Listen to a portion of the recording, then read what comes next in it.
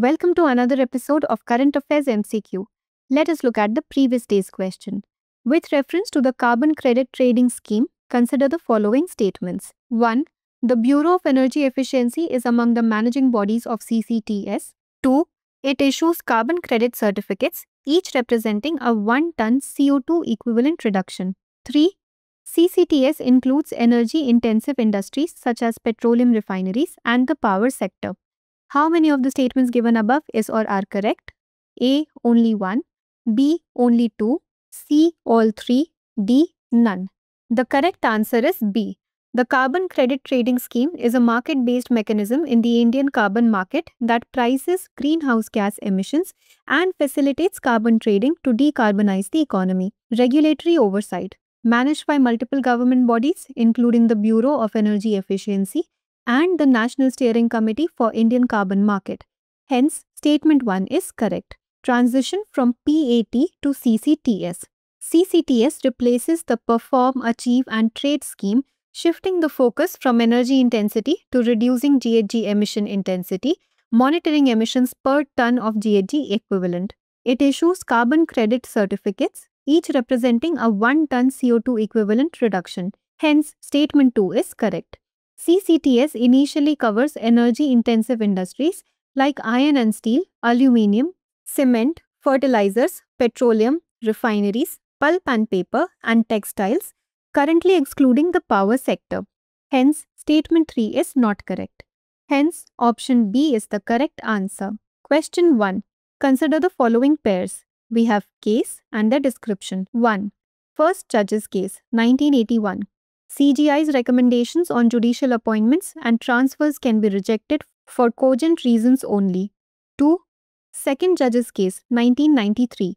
Made the SC Collegium's recommendations binding on the central government. 3. Third Judge's Case, 1998. Expanded the Collegium to a 5-member body comprising the CJI and 4 of his senior-most colleagues. Which of the pairs given above are correctly matched? A. 1 and 2 only. B. 2 and 3 only. C. 1 and 3 only. D. 1, 2 and 3. The correct answer is option D. First Judge's Case, also known as S.P. Gupta versus Union of India. It stated that CJI's recommendations on judicial appointments and transfers can be rejected for cogent, strong and convincing reasons. Hence, pair 1 is correctly matched. Second Judge's Case, Supreme Court and Supreme Court Advocates on Record Association versus Union of India introduced the collegium system, holding that consultation really meant concurrence. The ruling made the SC Collegium's recommendations binding on central government and granted the judiciary the authority to appoint and transfer higher judiciary judges. Hence, pair 2 is correctly matched. Third Judge's Case, SC on President's reference expanded the collegium to a 5-member body comprising the CJI and 4 of its senior-most colleagues. Hence, pair 3 is correctly matched. Hence, option D is the correct answer. Question 2. With reference to the Civil Liability for Nuclear Damage Act 2010, consider the following statements. 1. It aligns with the Convention on Supplementary Compensation adopted to set global minimum compensation standards. 2. The Act establishes a Nuclear Damage Claims Commission to ensure fair compensation and resolve conflicts. 3. It places the responsibility solely on the operator, unlike global frameworks which allow operators to seek recourse against suppliers. How many of the statements given above is or are correct? A. Only 1. B. Only 2. C. All 3. D. None. The correct answer is B. The Civil Liability for Nuclear Damage Act 2010 is India's nuclear liability law ensuring compensation for victims and defining responsibility for nuclear accidents. It aligns with the Convention on Supplementary Compensation adopted post-Chernobyl to set global minimum compensation standards. India ratified CSC in 2016. Hence, statement 1 is correct. The Act imposes strict no-fault liability on operators and caps operator liability at Rs 1,500 crore. The Act also establishes a Nuclear Damage Claims Commission to ensure fair compensation and resolve conflicts. Hence, statement 2 is correct. India's CLNDA is unique as it introduces supplier liability, enabling operators to seek recourse against suppliers, unlike global frameworks like the CSC, which place liability solely on the operator. Hence, statement 3 is not correct. Hence, option B is the correct answer. Question 3. Consider the following countries. 1. Argentina. 2. Mongolia. 3. Ghana. 4. Bangladesh. Which of the above countries has India signed a nuclear agreement with? A. 1, 2 and 3 only. B. 2, 3 and 4 only. C. 1, 3 and 4 only. D. 1, 2, 3 and 4. The correct answer is D. India has signed nuclear agreements with the following countries: Argentina, Australia, Bangladesh, Canada, Czech Republic, European Union, France, Japan, Kazakhstan, Mongolia, Namibia, Republic of Korea, Russia, Sri Lanka, United Kingdom, United States of America, Vietnam and Ghana. Hence, option D is the correct answer. Question 4. Which of the following constitutional amendments mandated the appointment of a minister in charge of tribal welfare in the states of Chhattisgarh and Jharkhand? A. 94th Amendment Act 2006. B. 95th Amendment Act 2009. C. 96th Amendment Act 2011. D. 97th Amendment Act 2011. The correct answer is A. 94th Amendment Act 2006. It mandated the appointment of a minister in charge of tribal welfare in the states of Chhattisgarh and Jharkhand.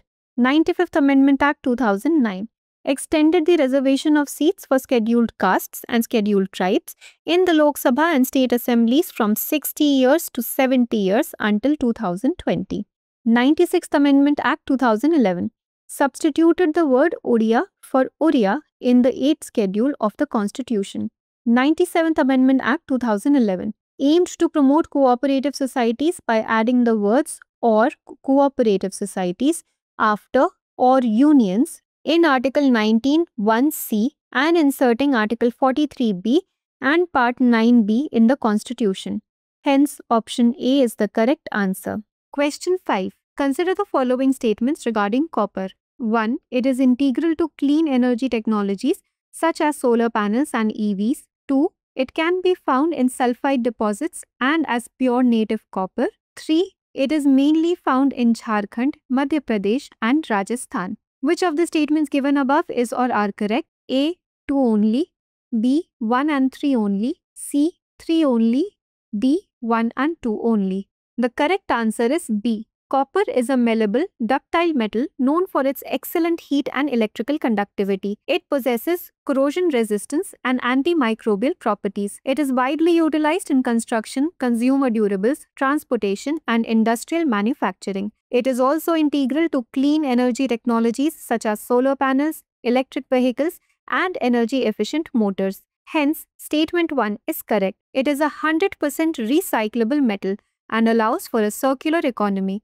It is naturally found in various forms in the Earth's crust. It can be found in sulfide deposits such as chalcopyrite, bornite, chalcolite, cobalite, in carbonate deposits as azurite and malachite, in silicate deposits as chrysocolla and dioptase, and as pure native copper. Hence, statement 2 is not correct. Copper deposits in India, mainly located in Singhbhum, Jharkhand, Balaghat, Madhya Pradesh, and Jhunjhunu and Alwar districts in Rajasthan. Hence, statement 3 is correct. Minor deposits are found in Agni Gundala, Andhra Pradesh, Chitradurg and Hassan, Karnataka, and South Arcot districts, Tamil Nadu. Hence, option B is the correct answer. Question 6. Consider the following statements regarding the NABARD's Climate Strategy 2030. 1. The strategy focuses on accelerating green lending and mobilizing resources for green initiatives. 2. The strategy includes internal green transformation, implementing sustainable practices within NABARD's operations. Which of the statements given above is or are correct? A. 1 only. B. 2 only. C. Both 1 and 2. D. Neither 1 nor 2. The correct answer is C. NABARD's Climate Strategy 2030 is structured around 4 key pillars. Accelerating green lending, focusing on increasing green financing across various sectors. Hence, statement 1 is correct. Market-making role, playing a broader role in creating a conducive market environment for green finance. Internal green transformation, implementing sustainable practices within NABARD's operations. Hence, statement 2 is correct. Strategic resource mobilization, mobilizing resources effectively to support green initiatives. This strategy is designed to tackle the financial gap between the required investment for sustainable initiatives and the current inflow of green finance. Hence, option C is the correct answer. Question 7. Consider the following statements regarding the Agni 5 missile. 1. It is an advanced nuclear-capable surface-to-surface ballistic missile. 2. It is one of the missiles developed under the Integrated Guided Missile Development Program alongside Prithvi, Trishul, Nag and Akash. Which of the statements given above is or are correct? A. 1 only. B. 2 only. C. Both 1 and 2. D. Neither 1 nor 2. The correct answer is C. Agni 5 is an advanced nuclear-capable surface-to-surface ballistic missile developed under India's Integrated Guided Missile Development Program. Hence, statement 1 is correct. It is one of the 5 missiles developed under IGMDP alongside Prithvi, Trishul, Nag and Akash. Hence, statement 2 is correct.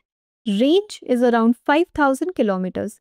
With its multiple independently targetable re-entry vehicle capable immediate range ballistic missile technology, Agni 5 places India among a select group of nations including the USA, Russia, China and France.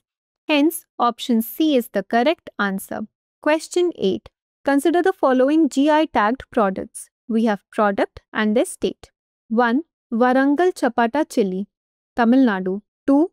Kasti coriander, Assam. 3.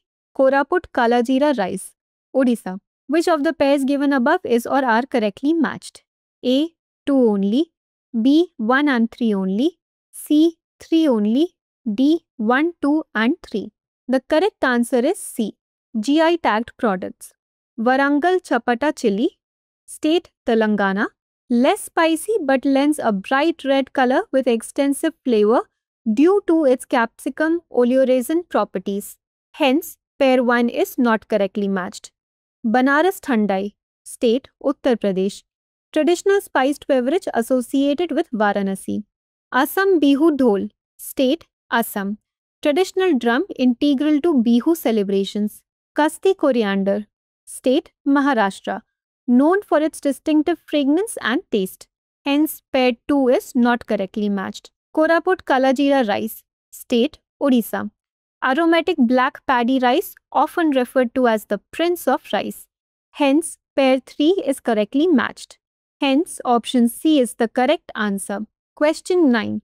Which one of the following articles of the Indian Constitution empowers the President in consultation with the Governor of the concerned state to specify the STs for each state or UT? A. Article 341. B. Article 342. C. Article 365. D. Article 366. The correct answer is B. According to Article 341, the President, after consulting the Governor of the respective state, may notify the SCs for that state or UT. Under Article 342, the President of India, in consultation with the Governor of the concerned state, is empowered to specify the STs for each state or union territory. Article 365 empowers the President to declare governance failure if a state disregards union directives, potentially leading to the invocation of Article 356. Article 366 defines STs as tribes, tribal communities, or parts or groups within them that are designated as such under Article 342 of the Constitution. Hence, option B is the correct answer. Question 10. Consider the following provisions. 1. It regulates the conduct of elections. 2. It specifies the qualifications and disqualifications for membership of the houses. 3. It provides provisions to curb corrupt practices and other offences.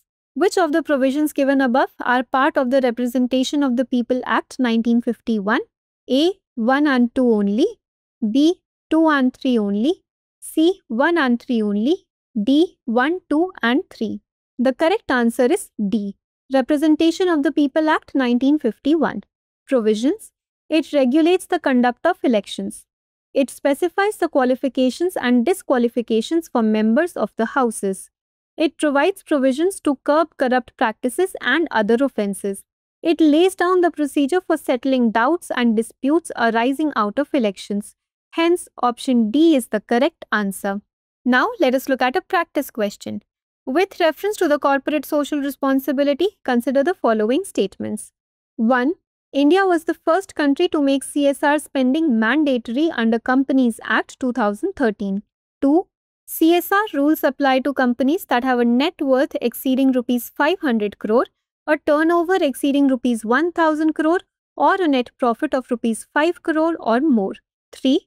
CSR spending does not include contributions to government relief funds such as the PM CARES Fund and PM Relief Fund. How many of the statements given above is or are correct? A. Only 1, B. Only 2, C. All 3, D. None. Please provide your answers in the comments section.